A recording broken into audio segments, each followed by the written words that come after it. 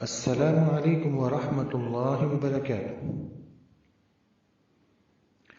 حق اور باطل کا زبردست معرکہ، شجاعت اور بہادری اور ایثار اور قربانی کی لازوال کہانی۔ اسپین کے لارڈ پادری کی بیٹی کے قبول اسلام کی ایمان افروز داستان جس نے پورے اسپین میں تہلکہ مچا دیا۔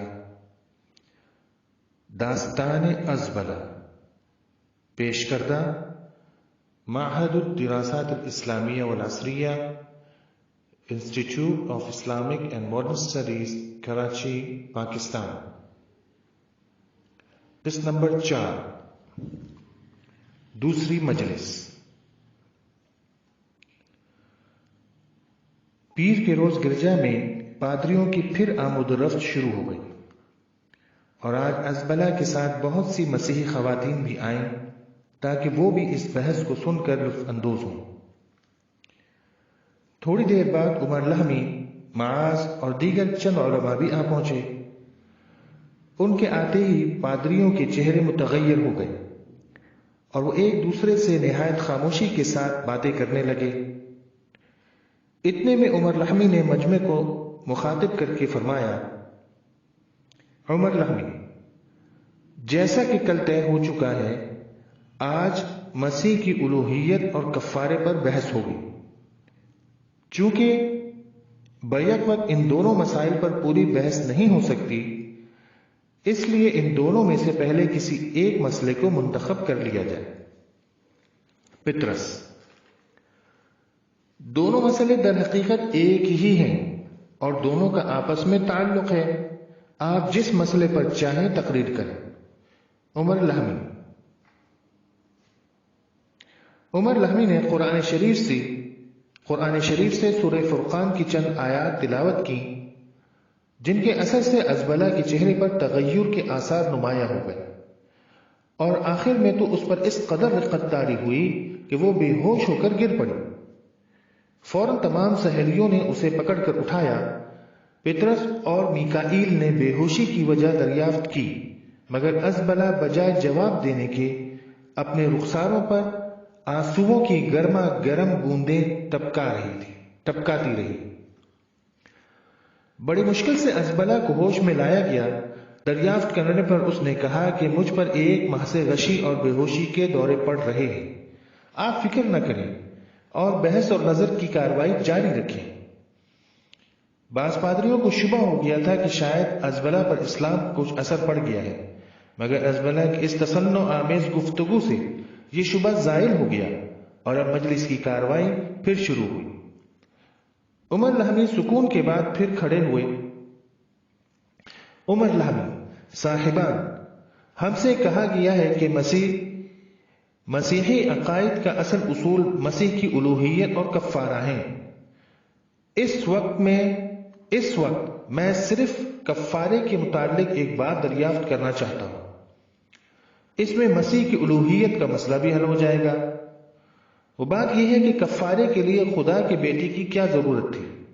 اس مقصد کے لیے کسی نیک انسان کو منتخب کر لیا جاتا جو تمام گناہ گاروں کے بدلے میں صلیب پر چڑھ کر جان دے دیتا، تو آخر خدا کے بیٹے ہی کو کیوں مصلوب کیا گیا؟ اس سوال کا جواب دینے کے لیے مقدس پطرس کو منتخب کیا گیا، مگر ان کی حالت سخت زبوں تھی۔ انتہائی تذبذب کے عالم میں کھڑے ہوئے اور لڑکھڑائی ہوئی زبان سے یوں ارشاد فرمایا: پطرس، کفارے کے لیے خدا کے بیٹے ہی کی ضرورت تھی، کیونکہ تمام انسان خواہ وہ نبی ہوں یا رسول گناہ گار ہیں، اور ظاہر ہے کہ گناہ گاروں کا شفیع نہیں بن سکتا۔ چونکہ خداوند یسوع مسیح خدا کے اکلوتے بیٹے اور گناہوں سے پاک تھے، اس لیے انہی کو گناہ گاروں کی خاطر مصلوب کیا گیا۔ عمر لہمی: بہت خوب، مگر یہ فرما دیجئے کہ مصلوب کیا چیز ہوئی؟ یعنی مسیح کی خدائی مصلوب اور کفارہ ہوئی یا مسیح کی انسانیت؟ اگر مسیح کی خدائی مصلوب ہوئی تو معلوم ہوا کہ خدا کی ذات واحد نے صلیب کی تکلیفوں کو برداشت کیا اور خدا ہی کی ذات پر موت وارد ہوئی، گویا کہ خدا مر گیا۔ اگر کہو کہ مسیح کی انسانیت مصلوب ہوئی اور اس نے تمام تکلیفیں برداشت کی تو پھر آپ کا جواب بیکار ہو گیا، کیونکہ اس صورت میں کسی انسان ہی کو صلیب پر چڑھانا مناسب تھا، نہ کہ خدا کو، اس لیے کہ دونوں صورتوں میں صرف انسانیت ہی کو مصلوب ہونا تھا، نہ کہ خدائی کو۔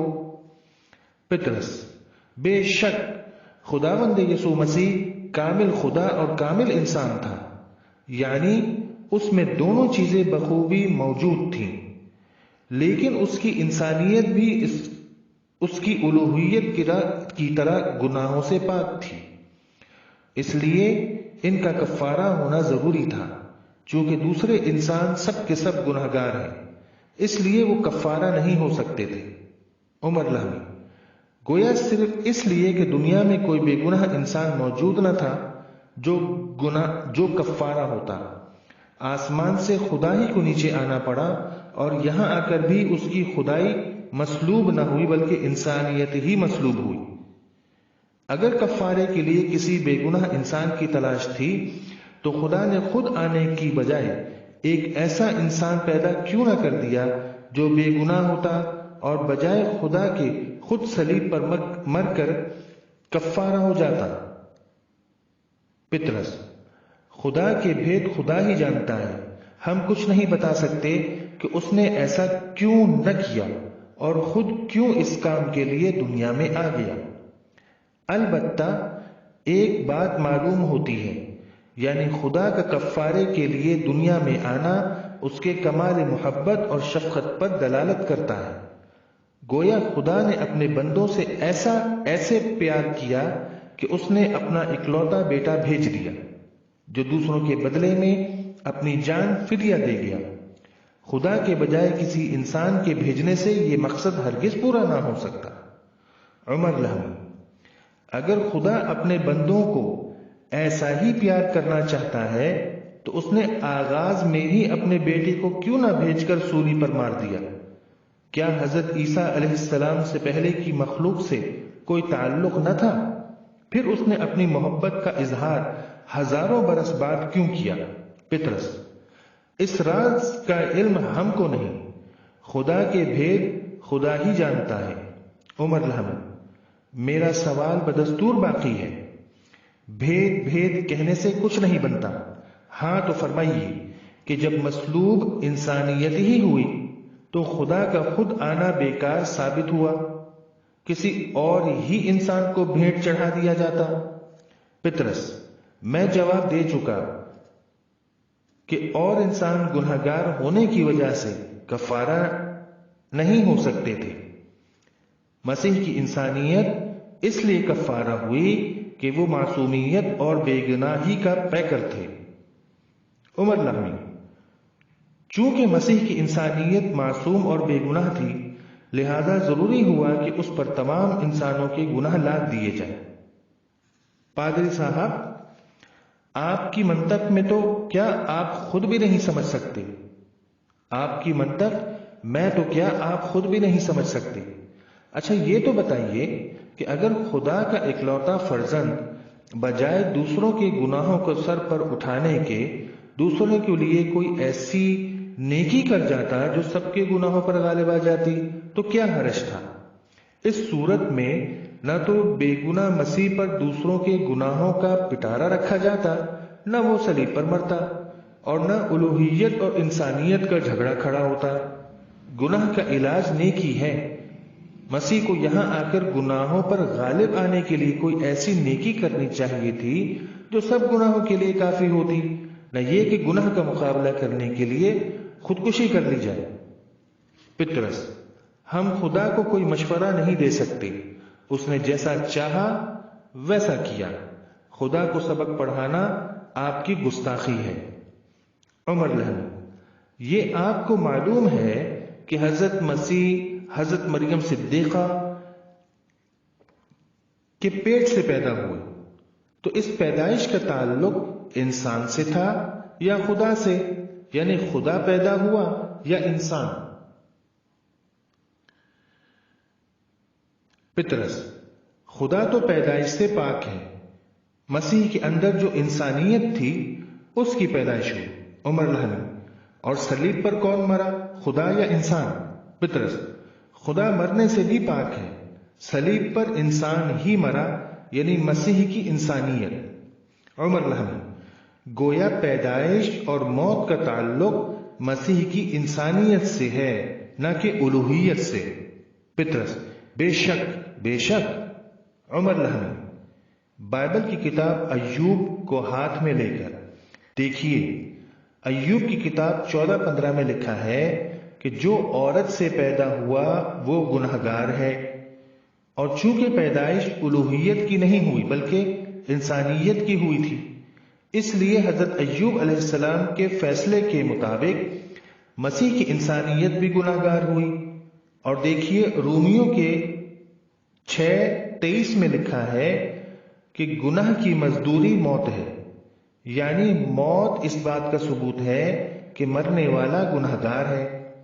اور چونکہ بقول آپ کے حضرت مسیح کی الوہیت یا خدائی مصلوب نہیں ہوئی بلکہ مسیح کی انسانیت مصلوب ہوئی، اس لیے وہی انسانیت گنہگار بھی ثابت ہوئی۔ پس آپ کا یہ فرمانا کہ مسیح کی انسانیت مصلوب ہو کر کفارہ ہوئی تھی، جو ہمارے ثبوت کے مطابق گنہگار تھی، اس لیے پھر وہی سوال پیدا ہوتا ہے کہ خدا نے کسی اور گنہگار انسان کو مصلوب کیوں نہ کیا، تاکہ خدا کی خدائی تو محفوظ رہتی۔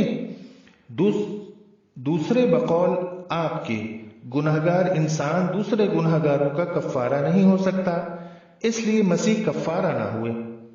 پطرس: گھبرا کر اور پسینے پسینے ہو کر ہم کہہ چکے ہیں کہ یہ سب خدا کے بھید ہیں، خدا نے جس طرح چاہا کیا، ہم یا آپ اعتراض کرنے والے کون ہیں؟ عمر لہمی: اگر خدا کے بھید پر ہی آپ کے مذہب کا دار و مدار ہے تو ہم کو آپ نے یہاں کیوں بلایا اور 2 ہفتوں سے ہمارا اور اپنا قیمتی وقت ضائع کیوں کیا؟ چونکہ ازبلا الہیات کے مسائل سے خاص دلچسپی رکھتی تھی، اس لیے اس نے اس تمام گفتگو کو بڑے غور سے سنا اور دل ہی دل میں پادریوں پر دانت پیستی رہی کہ جب ان سے کوئی جواب نہیں بن پڑتا تو خدا کے بھیدوں میں پناہ لینے لگتے ہیں۔ اتنے میں پادری میکائیل اٹھے اور یوں فرمایا: میکائیل صاحبو، آج دین مسیح اور دین محمدی کا مقابلہ ہے، مگر تم جانتے ہو کہ دین محمدی کیسا ہے۔ دین محمدی نے 4 عورتوں سے نکاح ضروری قرار دیا، اس نے غیر مسلموں کو عام طور پر قتل کرنے کا حکم دیا۔ اسلام کے پیغمبر نے 11 عورتوں سے شادیاں کی۔ اور عمر لہمی: اگر آپ سے ہمارے سوالات کا جواب بن نہیں پڑتا تو صاف صاف فرمائیں، پھر اسلام کے متعلق جو کچھ اعتراضات ہوں پیش کیجئے، ہم سب کا جواب دینے کے لیے تیار ہیں۔ کیا آپ کے یہی اخلاق ہیں کہ گھر پر بلا کر دل آزار تقریریں کی جائیں؟ ازبلا کی طرف اشارہ کر کے آپ ہی فرمائیے کہ کیا پادری صاحبان کا یہ طریقہ مناسب ہے؟ یہ سنتے ہی ازبلا سے نہ رہا گیا، فوراً کھڑی ہوئی اور اس نے بھرائی ہوئی اور مرعوب آواز میں چند الفاظ کہے: ازبلا، میں نے اول سے لے کر آخر تک اس گفتگو کو سنا اور مجھے افسوس ہے کہ نہ تو مقدس پطرس نے ان سوالات کا کوئی جواب دیا اور نہ میکائیل نے۔ عمر لہمی کا مطالبہ بالکل صحیح ہے، یا تو ان کے سوالات کا جواب دیا جائے یا اپنی شکست کا اقرار کیا جائے، مگر میرے خیال میں آپ سے نہ تو اقرار ہوگا نہ انکار۔ اس بحث کو یہیں ختم کر دیا جائے تاکہ عیسائی مذہب کی ہنسی نہ اڑے اور آپ حضرات کی رہی صحیح علمیت کا پردہ بھی فاش نہ ہو جائے۔ حیرت کی بات یہ ہے کہ پطرس: ازبلا، تمہارا دماغ تو خراب نہیں ہو گیا ہے؟ تم اس قدر بےہودہ گوئی پر کیوں اتر آئی؟ لوگوں کی طرف مخاطب ہو کر: یقیناً اس لڑکی کے سر پر شیطان سوار ہو گیا ہے، یہ خداوند یسوع مسیح سے دور جا پڑی ہے اور تعجب نہیں کہ یہ پاگل ہو گئی ہو۔ ازبلا: مجھ غریب پر غصہ اتارنے کے بجائے بہتر یہ ہے آپ یا تو مسلمانوں کے سوالات کا جواب دیں یا گفتگو بند کر دیں۔ مجھ پر جتنے الزام لگائے گئے ہیں میں ان کا یہاں جواب دینا نہیں چاہتی۔ اگر میری حق گوئی کا یہی صلہ ہے تو چلیے آپ مجھے پاگل ہی تصور کر لیجئے۔ یہ قصہ ابھی جاری ہے اور انشاءاللہ اس کا بقیہ حصہ اگلی قسط میں بیان کیا جائے گا۔